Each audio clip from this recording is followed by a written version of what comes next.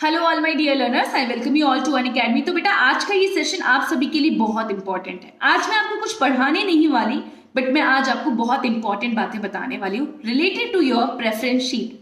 जो भी आप कॉलेजेस की प्रेफरेंस शीट बना रहे हैं उससे रिलेटेड मैं जगह जगह देख रही थी कि कुछ इस तरीके के मिशन स्टार्ट हो रखे हैं कि हमसे प्रेफरेंस शीट बनवा लो। ओके, कोई प्रॉब्लम नहीं है, बट मैं यहाँ पे सिर्फ आपको इतनी सी बात बताना चाहती हूँ कि जो प्रेफरेंस शीट बनाई जा रही है ये दो चीजों के बेसिस पे बनाई जा रही है। पहला, प्रीवियस ईयर कट ऑफ, और दूसरा आपके रॉ स्कोर्स। अब एक एक चीज को मैं आपको बारीकी से समझाऊंगी और ये सेशन आपके लिए बहुत इंपॉर्टेंट है। आई रिक्वेस्ट यू कि 5 मिनट का सेशन होगा, इसको पूरा सेशन को देखना है आपको। प्रीवियस ईयर कट ऑफ की बात करते हैं। प्रीवियस ईयर की अगर हम बात करें यानी कि सीयूटी 2022 की हम बात करें तो पहली बार एनटीए ने सीयूटी का एग्जाम 2022 में करवाया था। उस टाइम पे जो एग्जाम हुआ था उसका लेवल इतना ज्यादा डिफिकल्ट नहीं था, तो इसीलिए जो लोगों के बच्चों के मार्क्स आए वो अच्छे मार्क्स आए थे। ठीक है, इस बार भी अच्छे आएंगे, बट मैं डिफिकल्टी लेवल आपको समझाना चाहती हूँ। तो पहली बार जब सीयूटी का पेपर करवाया था डिफिकल्टी लेवल इतना नहीं रखा था, बट इस बार जो लेवल है डिफिकल्टी का वो इंक्रीज किया गया। ठीक है, तो ये प्रेफरेंस शीट प्रीवियस ईयर के बेसिस के कट ऑफ के ऊपर बेसिस पे बनाई जा रही है। दूसरा यहाँ पे यूज किए जा रहे हैं आपके रॉ स्कोर्स। रॉ स्कोर जो आपने कैलकुलेट किए हैं आंसर की के बेसिस पे, बेटा ये भी आपके फाइनल मार्क्स नहीं है या फाइनल स्कोर नहीं है। यहाँ पर नॉर्मलाइजेशन होगा, उसके बाद फाइनल स्कोर्स आएंगे और उन्हीं मार्क्स के बेसिस यानी कि नॉर्मलाइज स्कोर के बेसिस पर एडमिशन होगा। अगर आपकी प्रेफरेंस शीट जो आप बना रहे हो वो अपना रॉ स्कोर कैलकुलेट करो और उसके बाद उसमें नॉर्मलाइजेशन एड ऑन या डिडक्शन करो, उसके अकॉर्डिंग आप अपनी प्रेफरेंस शीट बनाइए। मैं आपको ये छोटी सी बात यहाँ पर बताना चाहती हूँ। नाउ बात करते हैं नॉर्मलाइजेशन क्या है। क्या इसमें सिर्फ मार्क्स बढ़ेंगे या इसमें मार्क्स डिडक्ट भी हो सकते हैं? ये भी बात समझना बहुत इंपॉर्टेंट है, क्योंकि कई सारे बच्चों को यही नहीं पता है। कई सारे बच्चे मुझे मैसेज करते हैं कि मैम मेरा इतना स्कोर आया है, मुझे कौन से कॉलेजेस को टारगेट करना चाहिए। तो मैं उनकी मार्क्स को कम ज्यादा करके ही उनको एडवाइस करती हूँ कि बेटा या तो साउथ कैंपस के कॉलेजेस को टारगेट करो या नॉर्थ कैंपस के कॉलेजेस को। अब नॉर्मलाइजेशन थोड़ा सा समझते हैं, उसके बाद हम लोग आगे अपना बात करेंगे। नॉर्मलाइजेशन में आपको यहाँ पे जीटी के थ्रू ही बताऊंगी, क्योंकि मैंने जीटी पढ़ा है। जीटी का पेपर आपका 250 मार्क्स का हुआ। यस मैम, आपको पता है कि एनटीए ने अलग अलग फेज में अलग अलग दिनों पर एग्जाम कराए और ये जो एग्जाम है ये 23 जून तक चले थे। स्टार्ट हुए थे 21 मई से। 1 महीना से ज्यादा लग गए एग्जाम्स को कंक्लूड करने में। अब बेटा कई बार ऐसा देखा गया, किसी फेज में एग्जाम बहुत इजी आया, किसी फेज में एग्जाम का लेवल इंक्रीज हो गया, डिफिकल्ट हो गया। अब एग्जाम्पल मैं आपको देती हूँ, थोड़ा कैलकुलेटेड एग्जाम्पल देती हूँ।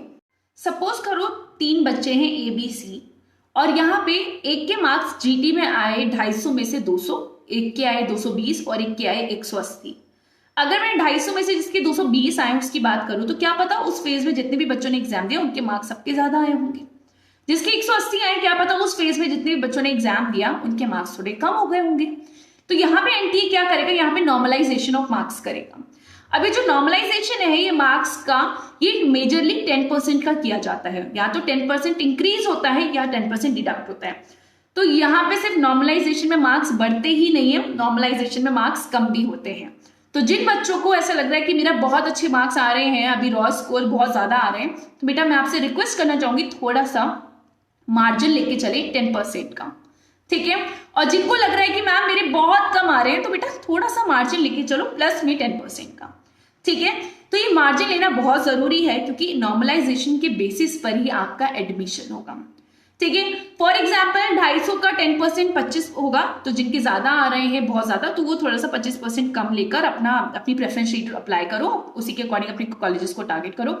जिनके कम आ रहे हैं, बहुत कम आ रहे हैं, वो 25 मार्क्स का क्या ले सकते हैं, यहाँ पे अपना प्लस कर सकते हैं और उसी के अकॉर्डिंग अपनी प्रेफरेंस शीट के लिए अप्लाई करो। अब बात करते हैं प्रेफरेंस शीट के बारे में। तो बेटा प्रेफरेंस शीट सबकी अलग बननी है, तो भेड़ चाल मत फॉलो करना कि भाई मैं तेरी कॉपी कर लेता हूँ, प्रेफरेंस शीट तूने बना लिया, बहन प्लीज तेरी दिखा दे। ये फॉलो अप मत करना। सबके लिए प्रेफरेंस शीट उनके कोर्स के अकॉर्डिंग, उनके मार्क्स के अकॉर्डिंग, उनके नॉर्मलाइजेशन स्कोर्स के अकॉर्डिंग, उनका किस पेस में एग्जाम हुआ है उसके अकॉर्डिंग सबकी अलग अलग बननी है। ठीक है बेटा, तो बस यही रिक्वेस्ट करना चाहूंगी कि थोड़ा सा अपने यहाँ पे कैलकुलेशन स्टार्ट करो। अपने रॉ स्कोर्स कैलकुलेट करने के बाद नॉर्मलाइजेशन देखो 10% का और इसी के अकॉर्डिंग अपनी प्रेफरेंस शीट तैयार कर दो, क्योंकि प्रेफरेंस शीट के लिए यहाँ पे सीएसएस का पोर्टल जल्दी ही खुलने वाला है और अभी तक अगर आपने प्रिपेयर नहीं किए तो प्लीज करो। अगर आपको किसी भी कोर्स के लिए कॉलेजेस का चाहिए कि मैम प्लीज हमें बता दो कि ड्यू में कौन से कॉलेजेस हैं जो ये प्रोग्राम ऑफर करते हैं, ये मेरा काम है, ये मैं आपको बता दूंगी, ठीक है।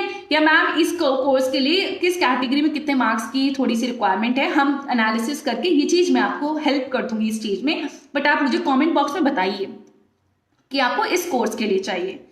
All right, thank you so much for watching this session, watching this video. I hope ये वीडियो आपको अच्छा लगा होगा। एंड अगर ये वीडियो अच्छा लगा है तो लाइक करना है, शेयर कीजिए अपने फ्रेंड्स के साथ। अगर आप ये वीडियो मेरे चैनल पर यानी कि अनअकैडमी के चैनल CUET UG अनअकैडमी पर पहली बार आ रहे हैं तो सब्सक्राइब कीजिए। Bye bye, take care. मैं हूं आप सभी की CUET मेंटोर शीतल जांगिड।